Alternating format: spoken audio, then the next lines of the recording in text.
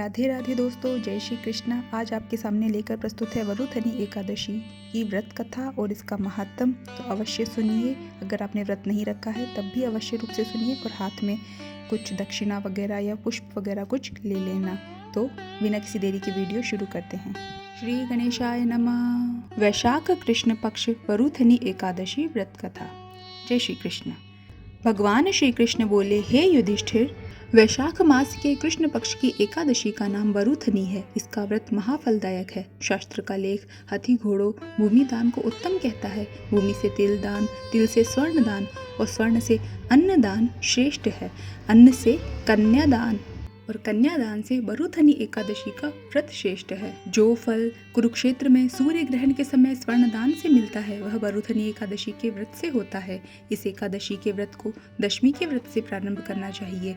इस एकादशी के व्रत को दशमी में संयम रखना चाहिए, अर्थात एक बार सात्विक भोजन का विधान श्रेष्ठ है। इस वरुथनी एकादशी के फल को कन्यादान के समान बताया गया है।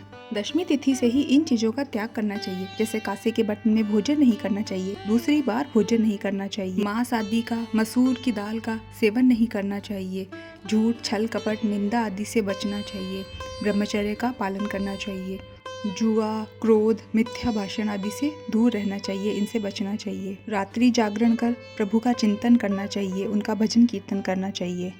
लहसुन और प्याज का सेवन नहीं करना चाहिए।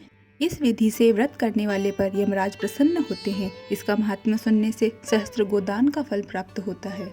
भगवान श्री कृष्ण कहते हैं, यह एकादशी सौभाग्य देने वाली है, सभी पापों को नष्ट करने वाली तथा अंत में मोक्ष देने वाली है। इसका महात्म्य बताने वाली एक कथा मैं आपसे कहता हूँ। प्राचीन काल में नर्मदा नदी के तट पर मानधाता नामक राजा राज्य करते थे। वह अत्यंत दानशील तथा तपस्वी थे।